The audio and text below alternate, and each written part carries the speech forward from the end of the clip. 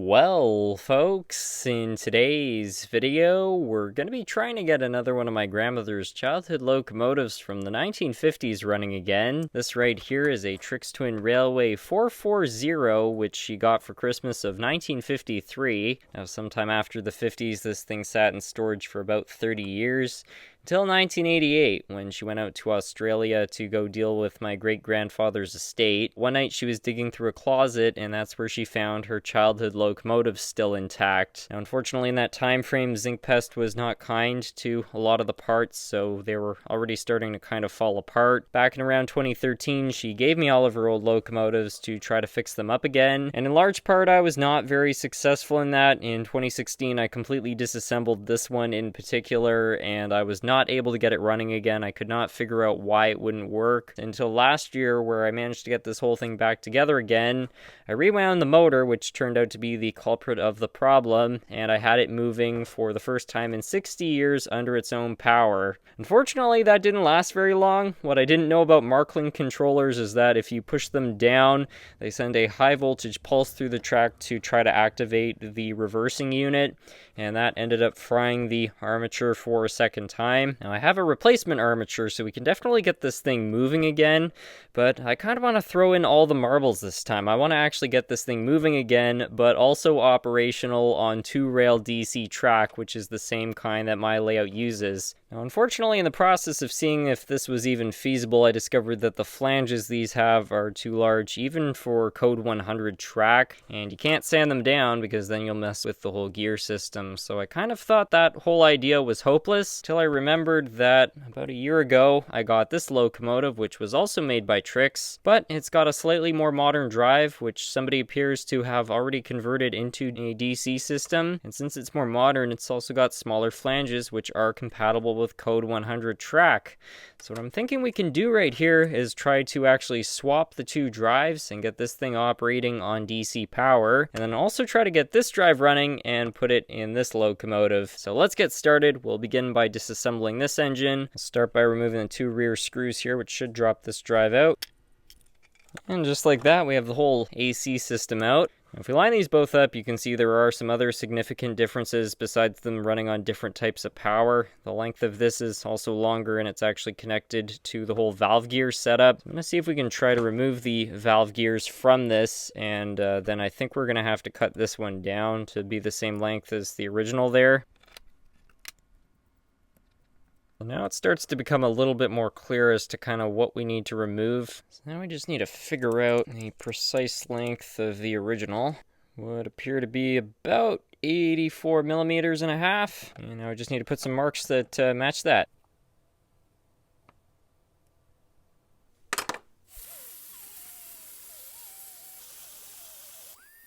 And it would appear this is blocking us.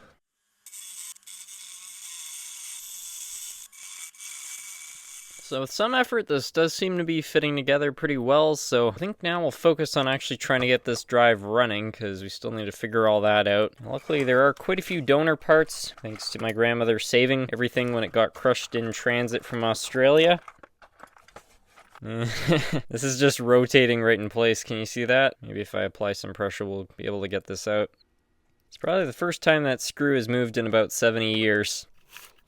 And hopefully, being a Trix screw, it will just thread right in. And of course, they changed the size of the heads. See if we've anything else in here to try to fix that. I think something might be stripped out on this side.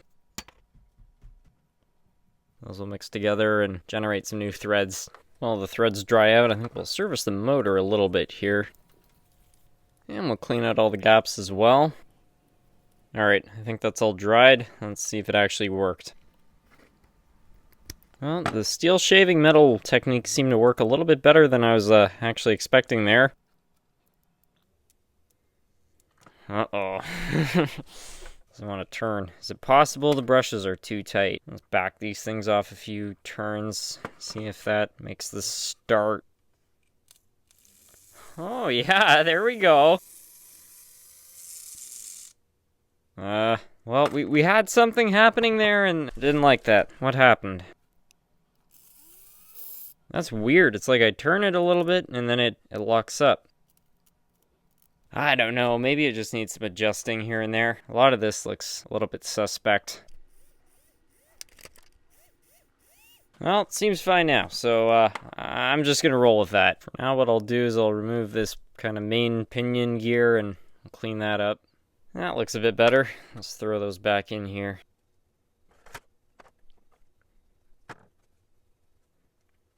So with everything all greased and oiled up, it seems to be running somewhat reliably in both directions, so I'm pretty happy with that. So I think at this point we'll actually try to get this into the whole drive right here and also rig up some kind of a power system, because I'm not entirely sure how that's all going to work at the moment, but there's got to be some way of doing this right. Now a day later, and I did a little bit of work off camera, mainly just shaving this down a little bit more because I noticed that the original was also kind of beveled right there. Now that did allow me to discover another problem, which is that originally, since this was just an 040 drive, this contact right here would have fit into place. But again, since the truck needs to swivel, that's not going to work. I'm thinking we can try to do is actually kind of rotate this around and try to have it make contact kind of like that. I don't know if this is going to work because we do need to figure out a way to wire it to this contact as well and isolate it from the chassis. Might have to put a longer bolt right here. We'll have to see about that. So with that all insulated, we'll try to put this whole thing back together and see if it can actually hold this in place. Well, it's not very pretty, but I think it will get the job done. And the benefit now is that we can actually kind of run this wire right under here in this gap. And it should also kind of double as like a bit of wire management around here, which is good because I don't want this thing getting caught up in the wheels. I also just realized we have to transfer this over so that we can actually hook up the tender, which carries the opposite side of power. I'm really glad I noticed that before I went soldering everything together. Yeah, there we go. So it does just naturally fit. That's great to see. The only question I have now is, where do we reroute this?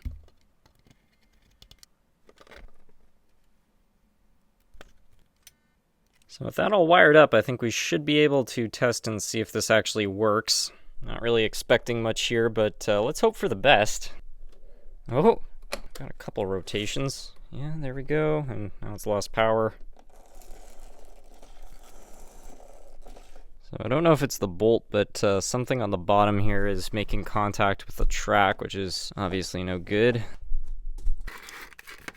I think we're going to remove this isolator from the equation. It's just a little bit too thick. What I'm going to do is just replace it with another really thin piece of insulation right here. It might just be enough to fix that issue.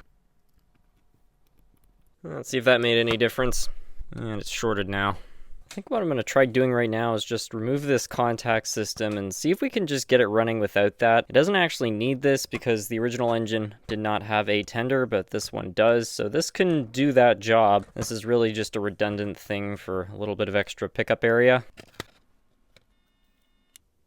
I already modified the wheels on this tender. These are actually Hornby wheels, which I fit around the original axles, just so that the flanges are small enough to actually fit, again, on Code 100 track. We've got these contacts, so this whole rig should work. Let's go test it. So far, nothing. Oh. Yeah, that's better. Without the metal shell, I think it's having a little bit of a tough time staying down there, but at least it is moving. Just gonna try cleaning up a whole bunch of contacts and things like that, see if we can get this thing working a little bit better.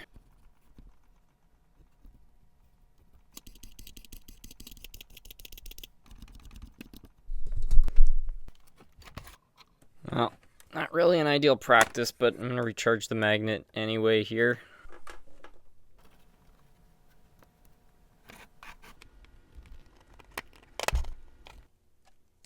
Okay, let's see if any of that made any difference.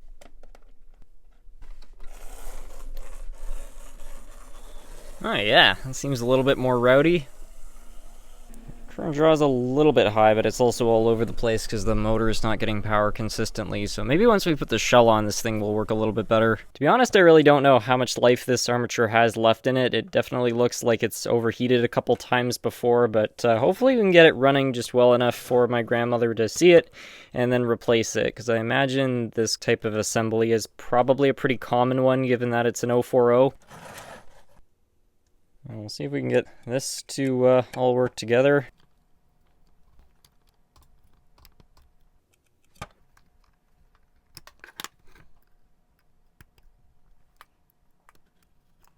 Let's see how this thing performs as a complete unit now. Oh, yeah. Okay, well, we're moving. We got forwards. Yep, I guess.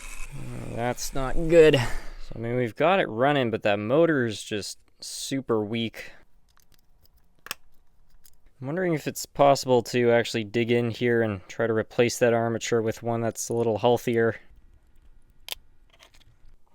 Yeah, that does not look great. So I cleaned up some of these gears, and we're just going to throw this armature back in there and kind of hope for the best. The good news is, though, I was able to take out the two steel plate assemblies and actually throw them in the magnetizer as well. Second time having this thing all back together. I'm really not sure if rebuilding it again will actually make that much of a difference, but let's give it another chance. At least I was able to get the whole motor assembly into the remagnetizer, so if we're lucky, it might run a little better. Let's check it out here. Hey! There we go! Look at that! It's dropped an entire ½ amp of current draw. Wow. I really didn't think that was going to change a whole lot, but it seems to be running a lot better now. It's actually rolling a little more smooth too. And we've got reverse. Like before, it was really hesitating. Well, that's fantastic. With a little bit more effort, we might have this thing all back together. Just got to throw the front wheels on there and kind of clean the whole unit up. But yeah, wow, that is a lot more progress than I was expecting. So that right there definitely gives me a lot more optimism in this thing. I was really not so sure if this was going to be able to bounce back with the way that those coils were looking, but she seems to run. So I think at this point we'll focus on the front wheels. Now, just like the rest of the wheels, these things are not up to code 4, code 100 track. The flanges are way too big. And even if they weren't, the flanges are also just too thick to fit through even Pico switches. So these wheels need to be replaced. I'm definitely not going to throw them out. However, I did manage to find these wheels, which have the spokes. They are, a little bit larger than these original ones, but I think that they should be decent replacement since they are a somewhat similar size. So we'll get those on there and hopefully that will work out. So we'll throw those in the parts bin for safekeeping. As for these, we'll have to Dremel those out a little bit. Start with a smaller size and work our way up if necessary. Oh yeah, look at that. And now I just need to repeat the process with the rest of these. Seems to be rolling pretty straight, which means we got those on the axles correctly. Just need to find a gauge and actually attach it to the rest of the assembly. Put that back on, and I can tell you that that is way out of gauge. So yeah, I got about, 3 millimeters. Compliant. Seems to fit pretty well. This thing is going to be so MNRA compliant. Looks good to me. Just going to put a little bit of thread locker on the end of this, and it's just going to help ensure that this thing doesn't boot, scoot, and boogie its way right out of place. Let's see if the new wheels work well.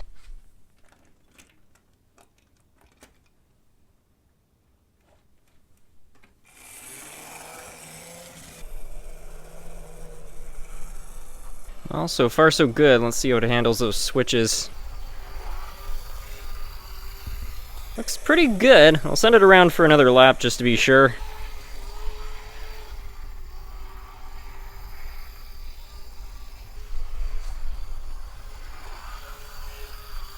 Let's try it in the other direction.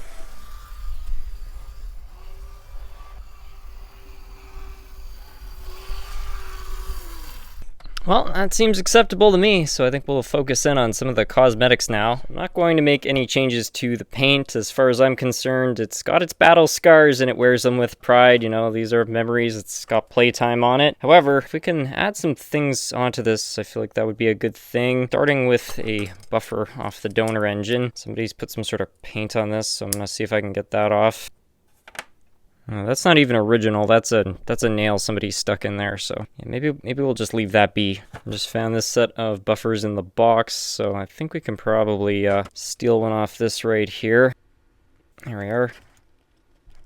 Buffers are actually supposed to be asymmetric, so as far as I'm concerned, that's just added realism. Now I think we'll grab a paintbrush and tidy up some of this dust right here. For this task, I usually just use a paintbrush. I find it does a pretty good job at getting in little nooks and crannies and clearing out stuff you don't want.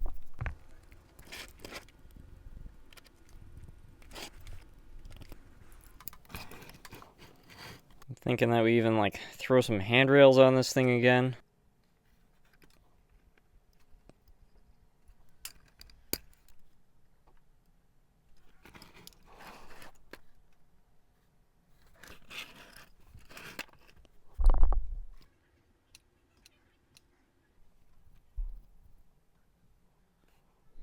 Alright, well, I feel like that is looking pretty darn groovy right there. I know it's not like perfect cosmetically, but it's got some really good patina on it, and yeah, I just really hope my grandmother loves it.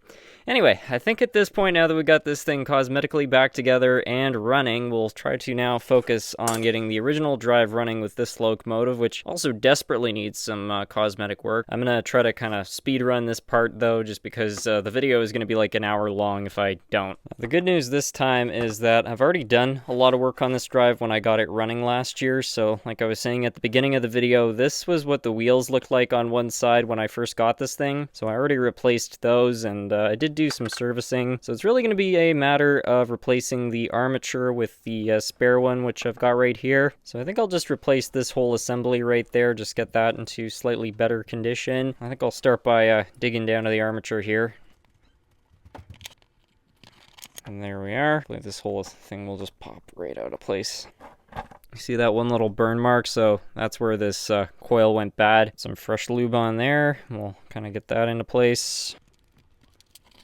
So it turns out that this armature is not actually the same as the original. You see how the splines are just a little bit taller? So that's not going to work, but luckily I was able to find yet another Trix Twin armature in my parts bin, and this one looks pretty crispy, so I'm not sure if it's going to work. I have a theory as to how maybe it got like that, but either way, we're just going to throw it in there and just hope for the best, you know? If there's one thing I've learned about coils, it's that they can be really burnt and still dish it out, even if they're not in great shape.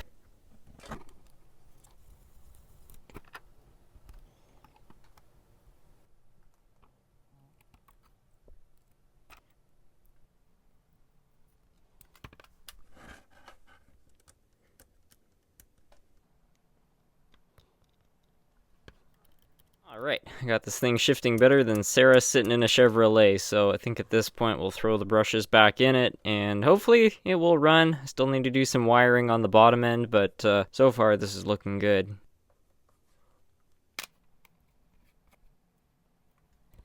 I already went ahead and soldered that wire back on, so we'll focus on actually adding more contacts. And this is what the original locomotive had, so we'll add some of these on, kind of like so.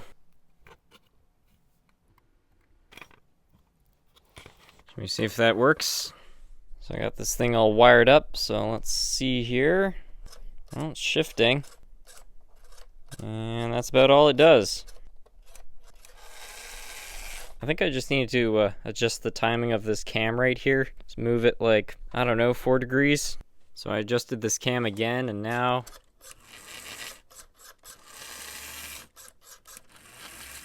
with a little bit more weight, should run even better. It would also be ideal if I could add another contact.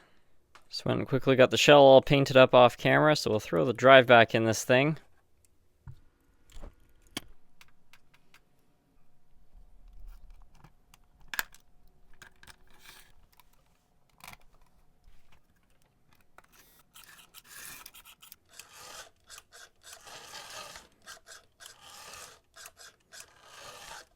Well, it's good enough for me. So now that we've got both locomotives running, I think the goal is going to be to assemble some kind of a train. Now, a couple of years ago I got a whole bunch of British rolling stock, including this old Hornby Dublo stuff, and it seems to have the same style of coupler as this locomotive has, so I think we'll try to run that. But I also want to run the other 2 childhood locomotives of hers, so we'll assemble another British train as well as an American one for the Hiawatha.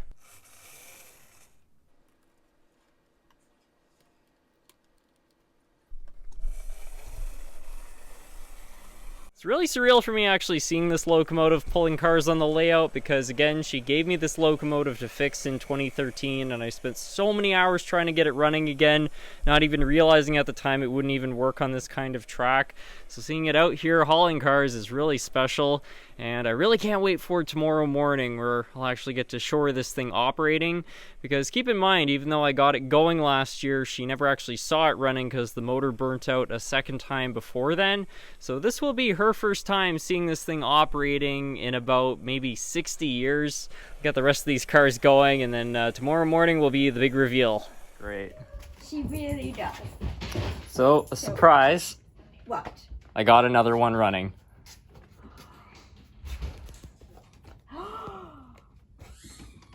Oh, where do I start?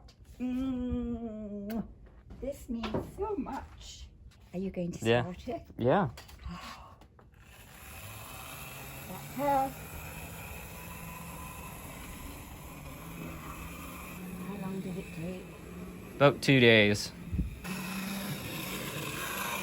There you are. Beautiful. Yes, you are. These are yours, though. Yes.